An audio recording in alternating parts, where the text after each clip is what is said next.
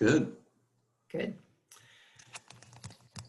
This is Elsa Kronquist, and we're conducting a Vashon COVID-19 archives interview with Slade McSheehy.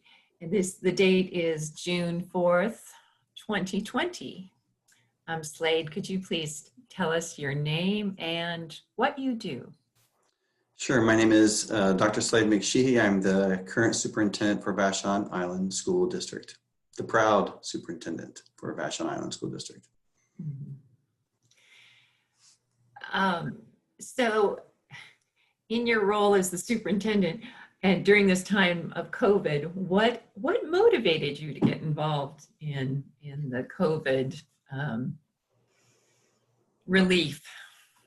There wasn't any motivation at all.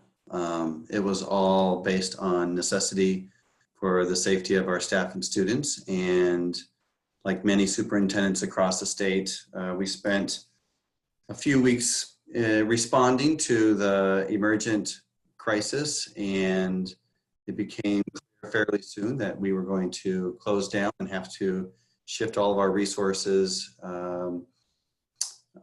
to a distance learning model. So I don't think I was maybe motivated to engage in this, but out of necessity for our students and staff and the safety of our island community, we eagerly jumped into it. And what special capabilities do you have that you brought to this pandemic that you found very, very useful? What past experience do you have that you brought to this pandemic? You know, schools are really in the business of relationships. And so I think when the board brought me into the district, they recognized kind of how I lead through relationships, first, second, and third, and last. And so it was that approach in the district, and for my first year in, quarters, establishing relationships that really,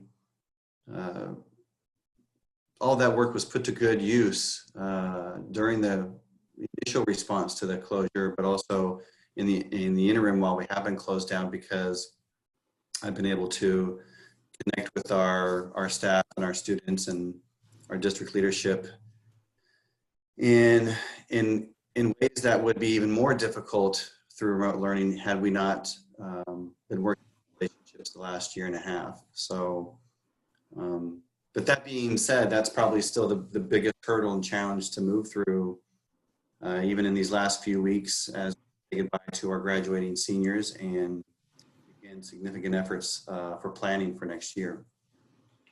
I think that also speaks to my next question, which is when this pandemic happened, came on, you had some things that had to be accomplished specifically for the pandemic, and could you speak a bit to those? What's been accomplished? Because again, you had to accomplish. It changed. Mm-hmm. This changed what needed to be done.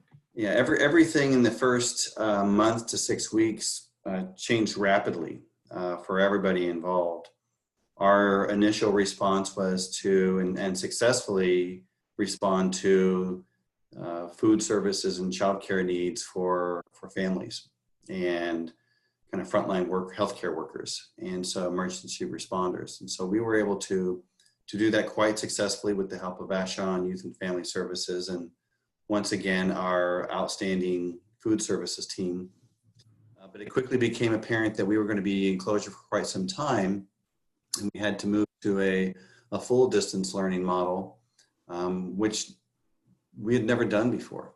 And so I'm, again, fortunate to have a wonderful administrative team, but also a wonderful group of teacher leaders who, in short work and short time, put together a continuous learning plan that really focused on engagement of the community, kind of moving forward, in our learning progression in terms of what standards our students were going to continue learning, and then how we were going to assess those standards. So within a short amount of time, probably 3 to 4 weeks, we not only were serving 300 to 400 meals a day to both students and adults on the island, providing childcare services. But we were also,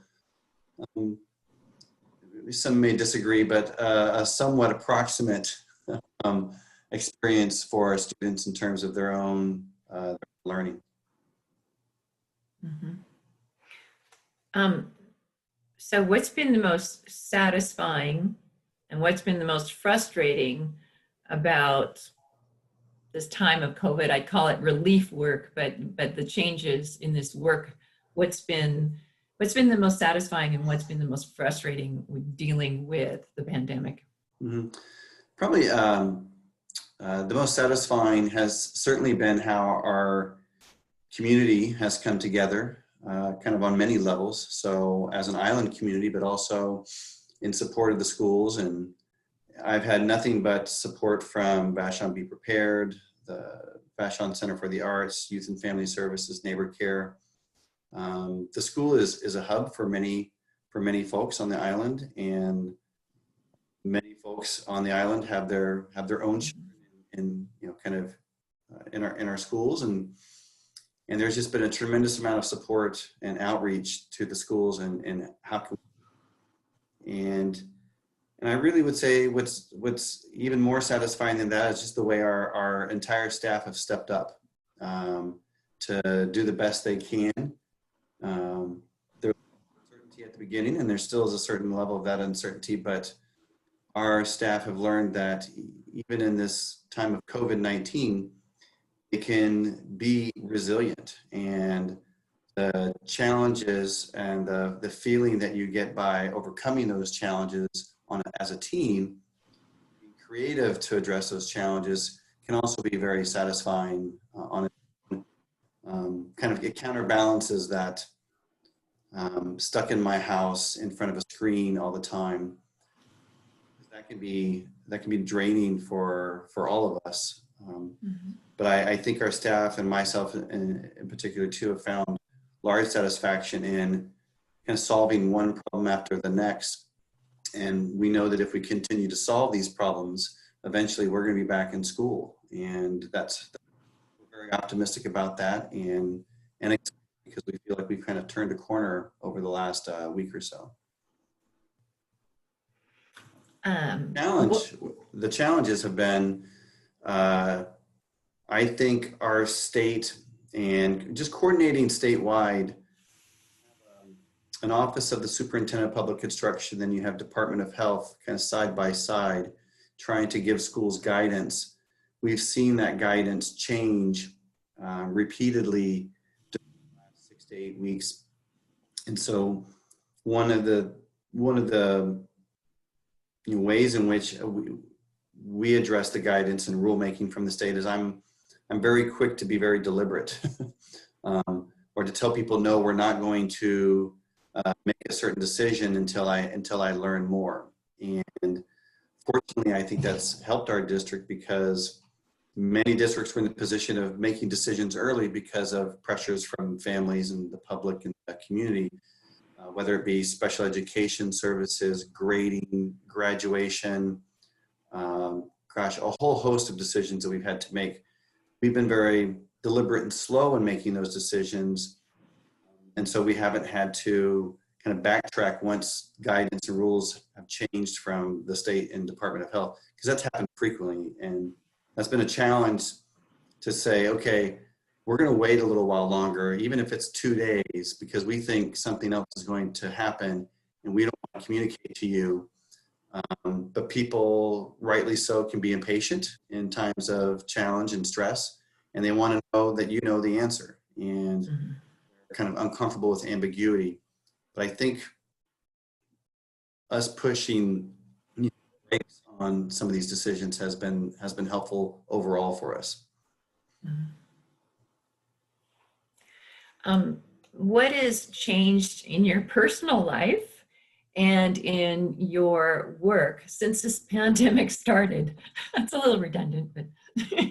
Yeah, no, personal life, the entire interior of our house is painted.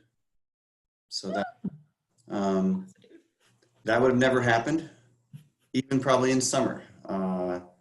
So certainly, and I have a ninth grader and a seventh grader, and um, I feel very fortunate that we're healthy, but I also feel very fortunate that I have older kids, because while they need guidance, they don't need, they can read, you know, they can receive an email from a teacher, read it, and most of the time follow up with what that teacher is asking them to do.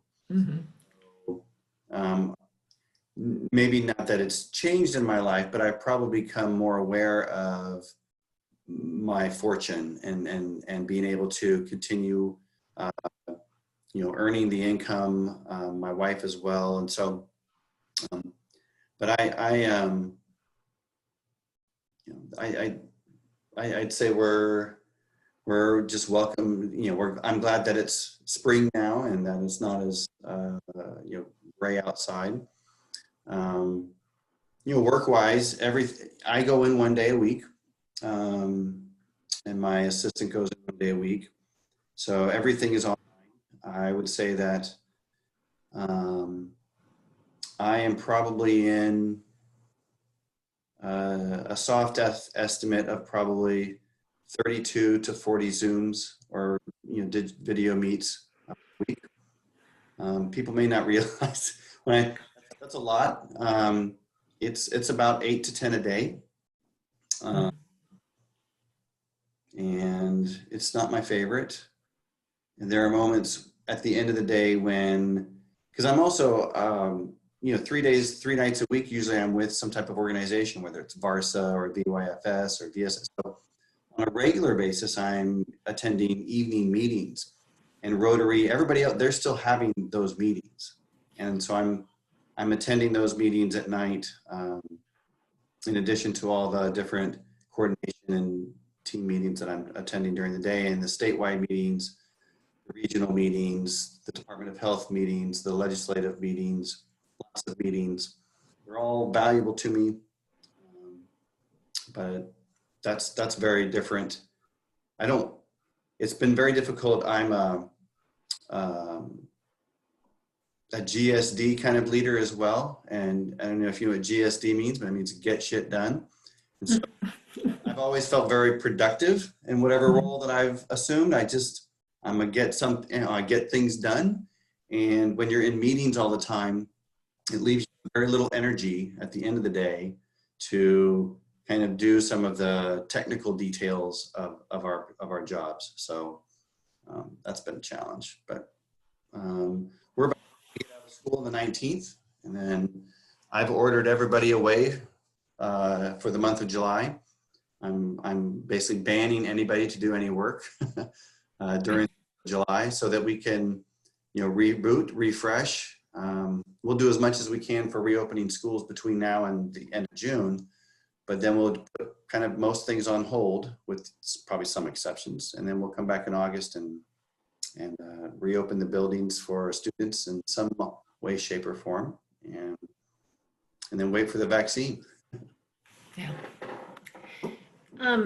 What would you do differently if a pandemic happened again? I'm not sure I would do it differently. Vashon School District is very fortunate in that we have, we've been building partnerships to support mental health services for our students over the last 3 to 5 years, and I'm very thankful for that. What I would do is probably just enhance those, and have some more intentional planning around how do we provide services remotely who need mental health supports and families who need those same supports. So, you know, it's not that I would maybe do it differently per se, but I would certainly try to enhance and strengthen those supports. We weren't caught flat-footed by any means, but it's still people are still experiencing just trauma at home, and we want to be able in a better way. Mm-hmm. Are there any Vashon specific insights about this pandemic that you want to share, or any general insights, any aha moments? I don't know if there's, I would, when I think of Vashon specific, it does feel like our experience, because I'm not super well connected, but I have many colleagues and friends across the state who do what I do. And we're fortunate here to be in this environment, to be in this community, to be able to go out and experience, a walk that is beautiful. Actually, for me, rain or shine, we have just the wonderful, natural resources around us that we get to take advantage of. And so I just feel that definitely feels unique to me, and it's hard to even describe to people, or even share with someone when you know that they are suffering in some form or another because they've been pent up in some type of condominium or apartment or in the city, and or they're sharing a space with 10 people. I know there are also people suffering here on the island. I don't want to discount that, but it feels to me that if you're going to be in a place for a pandemic, this is where I would want to be. And we again, I think are still holding it around 4 or 5 confirmed cases. I'm not positive of that because I don't check that on a regular basis. But the community has really come together to implement the plans that are necessary to keep us safe during this closure. So it just feels like that's like when we talk about we're in this together, Vashon may not be so unique in that, but there is a different way in Vashon is together on this. So.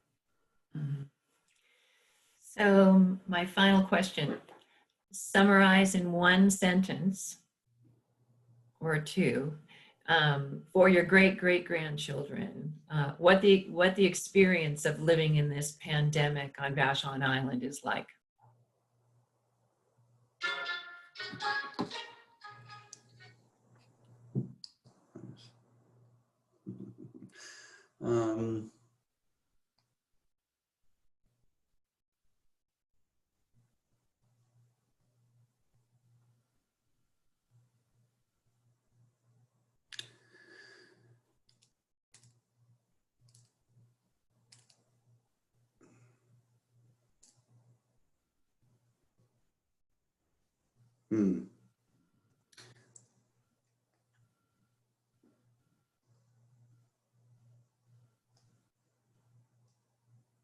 It's been an opportunity to really assess and reflect on the gifts that I've been given and the gifts in which I get to share and contributions I get to make in my own life, my own family, and in my community. Thank you. You're welcome.